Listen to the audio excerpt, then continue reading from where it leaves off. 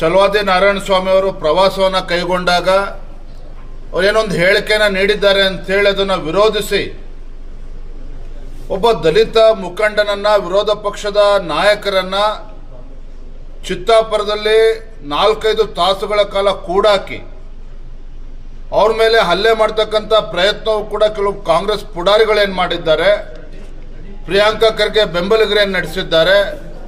ಇದನ್ನು ಪ್ರತಿಭಟಿಸಿ ಇವತ್ತು ಕಲಬುರಗಿ ನಗರದಲ್ಲಿ ಒಂದು ಬೃಹತ್ ಪ್ರತಿಭಟನೆಯನ್ನ, ಕಲಬುರಗಿ ಚಲೋವನ್ನು ಇವತ್ತು ಭಾರತೀಯ ಜನತಾ ಪಾರ್ಟಿ ಆಯೋಜನೆ ಮಾಡಿದ್ದೇವೆ. ಮತ್ತೊಬ್ಬರ ದಲಿತರ ಬೆಳವಣಿಗೆಯನ್ನ ಸಹಿಸಿಕೊಳ್ಳೋದಕ್ಕೆ ಸಾಧ್ಯ ಆಗದೇನೆ ಈ ರೀತಿ ನಡೆದಿದೆ ಅಂತೇಳಿ ಕೆಲವರು ಆರೋಪಗಳನ್ನು ಕೂಡ ಮಾಡಿದ್ದಾರೆ.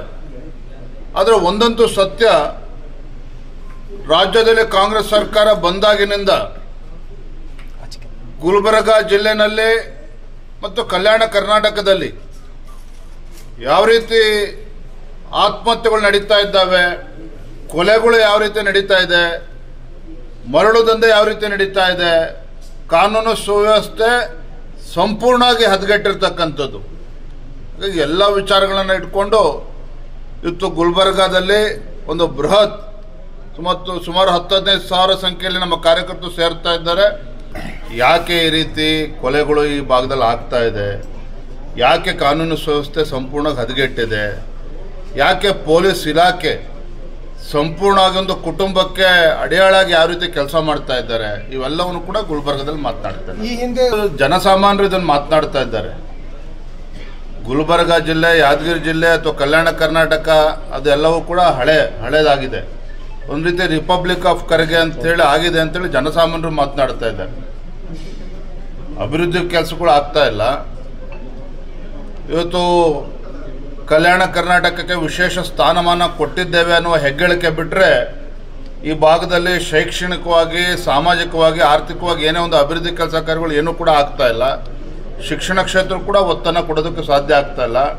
ಇದ್ರ ನಡುವೆ ಗುಂಡಾಗರ್ದಿಗಳು ಮಾತ್ರ ಜಾಸ್ತಿ ಆಗಿದೆ ಅನ್ನೋದನ್ನು ಜನಸಾಮಾನ್ಯರು ಹೇಳ್ತಾ ಇದ್ದಾರೆ. ಹಾಗಾಗಿ ಎಲ್ಲ ವಿಚಾರಗಳನ್ನು ಇಟ್ಕೊಂಡೇ ಇವತ್ತು ನಾವು ಗುಲ್ಬರ್ಗಕ್ಕೆ ಇಳಿದಿರ್ತಕ್ಕಂಥದ್ದು, ಪ್ರತಿಭಟನೆಗಳು ಇಳಿದಿರ್ತಕ್ಕಂಥದ್ದು. ಮತ್ತೊಂದು ಕಡೆ ರಾಜ್ಯ ಸರ್ಕಾರದ ಆದ್ಯತೆ ಬಗ್ಗೆನೂ ಕೂಡ ಹೆಚ್ಚು ನಾವು ಚರ್ಚೆ ಮಾಡಬೇಕಾಗಿದೆ. ರಾಜ್ಯದಲ್ಲಿ ಇವತ್ತು ಕಾಂಗ್ರೆಸ್ ಸರ್ಕಾರ ಬಂದಾಗಿನಿಂದ ಯಾವುದೇ ಅಭಿವೃದ್ಧಿ ಕೆಲಸ ಕಾರ್ಯಗಳು ಆಗ್ತಾ ಇಲ್ಲ. ಕೇವಲ ಗ್ಯಾರಂಟಿಗಳನ್ನು ನೀಡಿದ್ದೇವೆ ಅಂತ ಹೇಳಿ ರಾಜ್ಯವನ್ನು ಸಂಪೂರ್ಣವಾಗಿ ನಿರ್ಲಕ್ಷಣೆ ಮಾಡಿ ಅಭಿವೃದ್ಧಿ ಕೆಲಸ ಕಾರ್ಯಗಳನ್ನು ಮಾಡ್ದೇನೆ ಹೊತ್ತು ಗುಲ್ಬರ್ಗ ಇರ್ಬೋದು, ಬೀದರ್ ಜಿಲ್ಲೆ ಇರ್ಬೋದು, ಯಾದಗಿರಿ ಜಿಲ್ಲೆ ಇರ್ಬೋದು, ಯಾವುದೇ ಅಭಿವೃದ್ಧಿ ಕೆಲಸ ಕಾರ್ಯಗಳನ್ನು ಮಾಡ್ದೇನೆ ಶಾಸಕರುಗಳ ಕ್ಷೇತ್ರಗಳಿಗೆ ಅಭಿವೃದ್ಧಿಗೆ ಹಣವನ್ನು ನೀಡದೇನೆ ಒಂದು ನೀಡದೇ ಇರತಕ್ಕಂಥ ಒಂದು ಕೆಟ್ಟ ಸರ್ಕಾರ, ದುಷ್ಟ ಸರ್ಕಾರ ಇವತ್ತು ರಾಜ್ಯದಲ್ಲಿದೆ, ಕಾಂಗ್ರೆಸ್ ಸರ್ಕಾರ ಇದೆ.